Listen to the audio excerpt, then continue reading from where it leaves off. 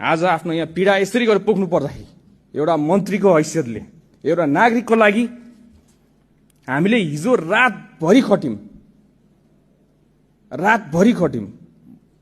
म यतिकै यो आँसु झर्यो किन आफूले अथाक प्रयास गर्दा गर्दा पनि नहुँदाखेरि त्यो चित्तै नबुझ्ने रहेछ।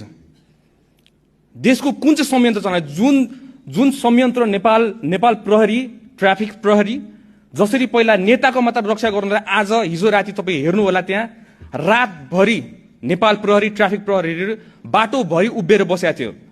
उहाँहरू भिभिआइपी सेक्युरिटी दिएर कसको लागि? गणेश नेपालीको सेफ ट्रान्सफर एयरपोर्टको लागि रातभरि सुतेका छैनन् उहाँहरू पनि आफ्नो नागरिकको रक्षा गर्नको लागि। हामी पनि त्यहाँ गयौँ, त्यहाँ गएर सबै कुरा व्यवस्था गर्नका लागि सबै स्पेशलिस्टहरू बोलायौँ, सबैजना राख्यौँ। पैसाको तपाईँ टेन्सन नलिनु, सरकारले जति खर्च गर्नुपर्छ गर्छ, आफ्नो नागरिकलाई बचाउनको लागि गर्छ, किन नगर्ने? पहिला त्यही भिआइपीलाई मात्र सिक्युरिटी दिन्छ भने आज नागरिकलाई सिक्युरिटी दिनको लागि हरेक बाटोको कुना काप्चामा बसेको थियो।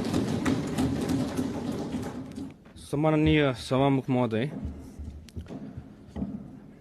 आज म यहाँ बोल्न आएको। म धेरै साथीभाइहरू देखेँ, मानिसज्यूहरू उठेर घाँटी सुक्ने गरी चिचाइराख्नु भएको थियो, देखेँ मैले। र यो भन्दै गर्दाखेरि चाहिँ हामी गृह मन्त्रालयमा बसेर के गर्ने होला, कसरी गर्ने होला, अब कसरी उहाँहरूलाई सान्त्वना दिने होला, के गर्ने, कसरी मिलाउने होला भनेर सोच्ने हामीले हाम्रो टिम बनाएर हामी कुरा छलफल गरिरहेका थियौँ। म यो सम्मानित सदनलाई सभामुख मार्फत सोध्न चाहन्छु, कतिजना हुनुहुन्छ हिजो त्यो हस्पिटलमा तपाईँहरू? जतिजनालाई घाँटी चिचार गराउनु भइरहेछ यहाँ? घाँटी चिच्याएर कराएर हुँदैन यहाँ सदनमा मात्र। म जनताको सेवा गर्छु भनेर मुखले बोलेर हुँदैन, त्यो मुखले बोलेको 50औं वर्ष भइसक्यो। हामीले हातले गर्नुपर्छ, ठाउँमा गएर गर्नुपर्छ। आफ्नो जनताको सेवा ठाउँमा गएर गर्नुपर्छ, उहाँहरूको पीडाको ठाउँमा बुझेर गर्नुपर्छ। त्यसलाई तपाईँहरू स्टन्टबाजी भनेर भन्नुहुन्छ। मलाई इच्छा छैन यहाँ कसैको लागि स्टन्टबाजी गर्नलाई, आफ्नो देशको सेवा गर्न आएको।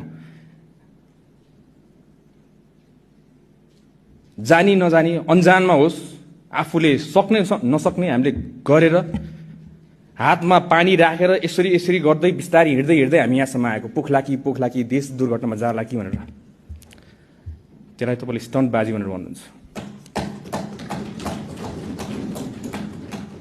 हामीलाई थाहा छ हाम्रो पीडा हामीले कसरी यो फेस पार गऱ्यौँ भनेर, हामीलाई मात्र थाहा छ त्यो पीडा।